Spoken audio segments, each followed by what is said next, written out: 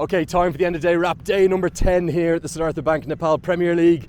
And the afternoon game is the one I want to focus on to start with. 7th v 8th. We had to get one of these sides a win. And one of the stars of the show, the main man himself, a man who loves Nepal nearly as much as I do at this stage, Jimmy Neesham, coming with me. Jimmy, 2-minute walk over to the boundary. Firstly, congratulations. Must be delighted to get the win.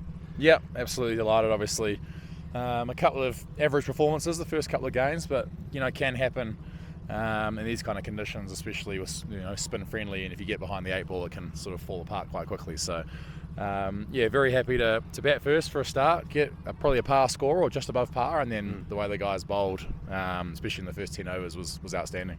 Great start. Dinesh Karel's a special kid, isn't he? He was due a few runs. He made some, and then great innings from Sumit Verma. Yeah, exactly. Yeah, I think it's just with those guys about having confidence to stay aggressive and trying to get in their ear and try and continue to, I suppose, take positive options and trust that the runs are going to come. And probably a bit of credit goes to the coaching staff and the selectors as well for sticking with guys after a couple of tough losses and giving them a good number of opportunities to make contributions. So. Very happy with the team performance. Fielded better as well, which has been one of our weak points the first couple of games, and got the win. He's queued me up for this. He knew the question was coming. I was on with HD Ackerman at the time. He called Will Basisto's catch the catch of the tournament. Was this an even better one from you? I didn't think you were going to get there.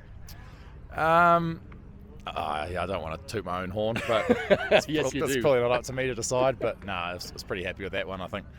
It's always tough when I suppose the ball's going away from you over the shoulder, and it's quite a tough catching ground as well. It's proven to be a little bit rough on the fielders with the high balls. So very, very happy to feel that one settle in the hands. Okay, what about that moment, your reaction? Because we got a lovely shot of you. You're just sort of running there along the front, and you even, I think you said, wow, or something to that effect. What did you actually say to yourself? Yeah, I turned around and Dan Douthwaite was sort of just standing there with his mouth open. So, I'd sort of acknowledge that. And I took one similar actually a long time ago, about 10 years ago against South Africa. So if you can find that one in the archives and play them side by side, it's probably a good watch. But I'm very happy. Mainly to, I suppose, contribute to a win, but also as a Kiwi, we pride ourselves on our fielding and. If you can contribute to wins, I suppose, not with bat or ball, but in the field, then that's also satisfying in its own way. I don't want to keep you too long, and I know you're only maybe playing 1 or 2 more games this season for the Avengers. What is it about this country that is really, I can see it in everything you do here. You adore it here in Nepal. What is it that makes it so special? It's just a very passionate country. It reminds me a bit of Sri Lanka and India and those places that have established, I suppose, cricket, test nations and where they potentially would have been 20 or 30 years ago in their development. So there's always a huge amount of love here. Obviously winning the tournament last year with Janakpur and feeling the outpouring of love, I guess, after that final and doing the lap of honour and all that kind of thing. It's been incredible. In the 9 or 10 or 11 months since that tournament, every day pretty much I've had messages on social media asking me to come back and being incredibly supportive after other games. So very, very happy to repay that love, and I'd say I'll probably be coming back this time of the year for the next few years, I'd say.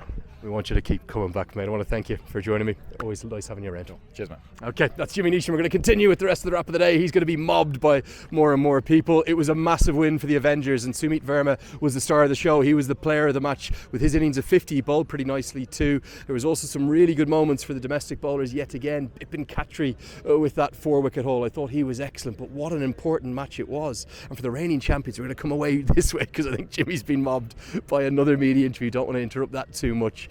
But for the reigning champions, the Bolts, they are in real trouble.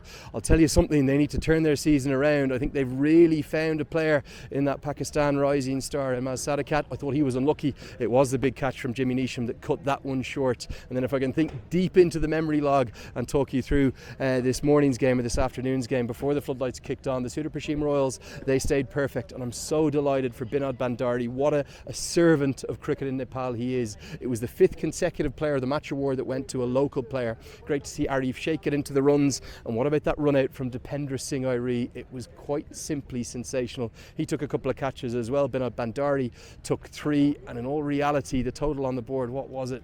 I think it was about 140 after a bit of a collapse. Was never quite going to be enough. The Lumbini Lions, despite Rohit Paudel continuing to make runs, they are not finding a way to win games, and they've got real questions to answer. They've only got 1 win this season, and I think they're only above the Bolts at the moment and nobody else. It's the halfway stage of the group stages. We have played 14 of the 28 matches so far, and I'll tell you one thing, the atmosphere this evening, it was absolutely sensational. I loved every second of it here, and we've got 2 more double headers to come on Friday. I believe we have close to a sellout, and on Saturday it's already sold out. So come along, experience this in person. It's been a fantastic start to the tournament. We're halfway through the group stages. There's no doubt that the Sudurpaschim Royals are the ones who are sitting top of the table, and they're the ones who are almost certainly into the final 4. But outside of that, despite the Kings winning 3, they're not certainties yet, and there's still much to be played for with the other 3 places to be decided. It's going to wrap it up for my daily wrap. It's starting to get a bit chilly, and we've got a bit of fog as well, but I want to thank Jimmy Neesham so much for chatting to me, and we'll see you again same time tomorrow with a double header on a fantastic Friday.